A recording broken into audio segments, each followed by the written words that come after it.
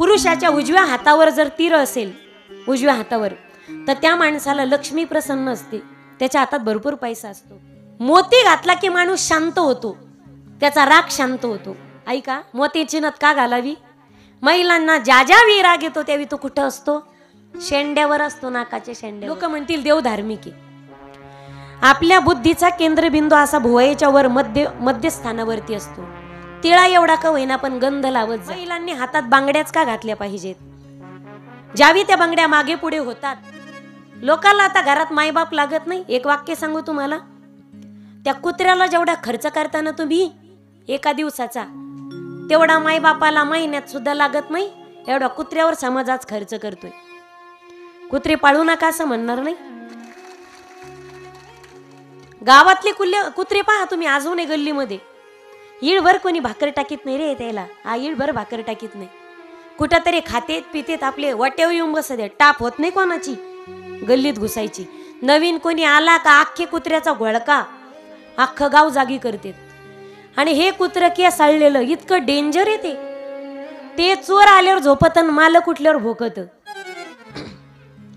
पुण्यात गेलो आम्ही आणि पहा तुम्ही, पुण्याची लोक इतके डेंजर येतं. रिटायर झालेले, हाफ चड्डीवर, पुढं कुत्र आणि माग दुसरं कुत्र.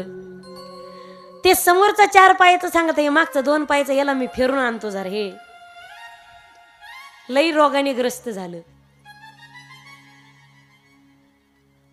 भ्रष्ट होत चालली संस्कृती. माईबाप, आपल्यापासून सुरुवात करा, जग आपोआप बदललेलं असेल. कुत्रा आलं तिकडून, एक ते पोरग आलं झिंजाळलं.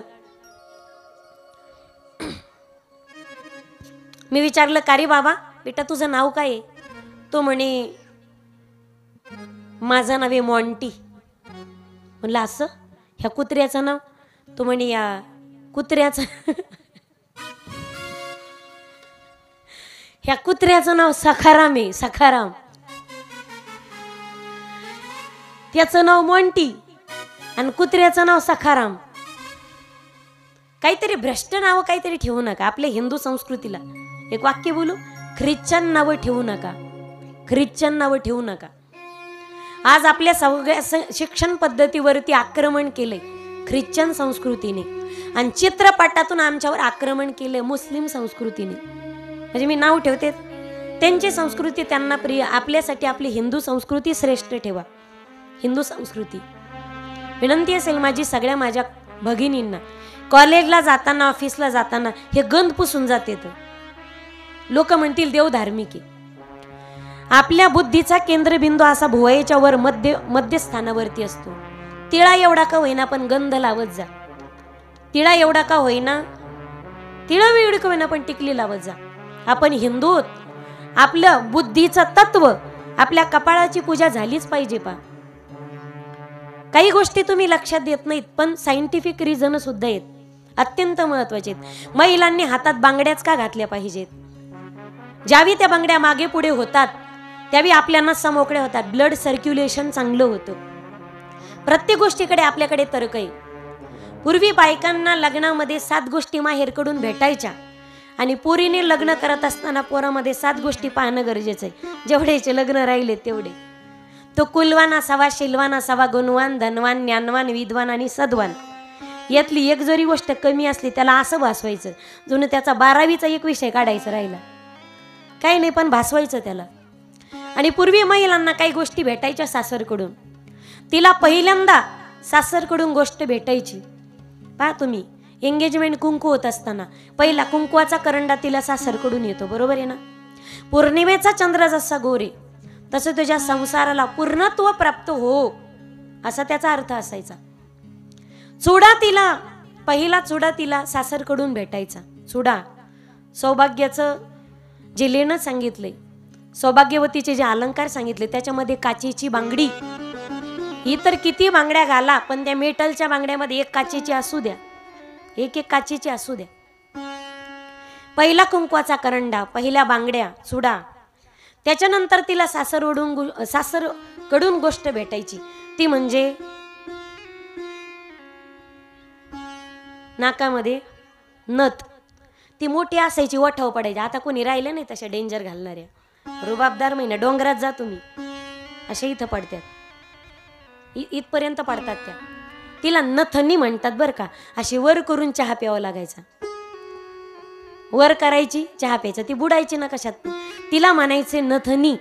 त्याच्यानंतर त्याच्यापेक्षा छोटी नथ, त्याच्यापेक्षा छोटा खडा जो चमकणारा मेहबूबा, त्याच्यापेक्षा छोटी चांदणी, त्याच्यापेक्षा आणखीन काय काय येतं मी तुम्हाला सांगत राहीन जसं जसं आठवण तसं. त्या नथीमध्ये मोती असतात. मोती का असतात माहिती? शक्यतो महिलांनी डाव्या करंगुळीमध्ये, डाव्या बोटाच्या करंगुळीमध्ये मोती धारण करावा. पुरुषांनी उजव्या हातामध्ये, उजव्या करंगुळीमध्ये मोत्याची अंगठी धारण करावी. महिलांसाठी म्हणजे सायंटिफिकली चांगली ती. कोणत्या हातात घाला पण करंगुळीत जर घातली आपल्यासाठी तर चांगलीच आहे ती.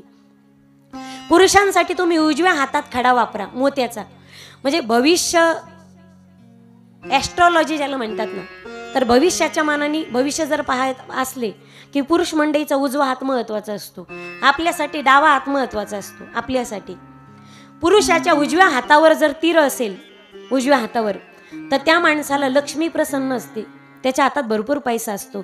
ज्याची मधली रेषा अशी सरळ मधल्या बोटावर सरळ जाते आणि ठसठशीत असते, पाहून घ्या, पाहून घ्या. जी धनरेषा जर सरळ असेल त्याला पैसा कधीच कमी पडत नाही. पण तुमची उजव्या हातावरची पाहिजे, आमची डाव्या हातावरची पाहिजे बरं का. आपली हाई बॉ डाव्या हातावरची. पुरुषाच्या उजव्या हातावर तीळ पाहिजे, हा तुमच्या डाव्या हातावर तीळ पाहिजे. आमच्या बी हातावर तीळ आहे दोघांच्या बी. पण माझ्या उजव्या हातावर आणि महाराजांच्या डाव्या हातावर म्हणजे दोघाचा बी उपयोग होत नाही.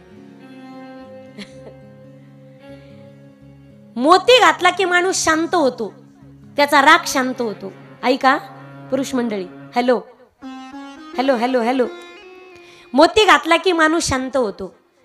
म्हणून महिलांना ज्यावेळी राग येतो बऱ्याचदा तो कुठे असतो?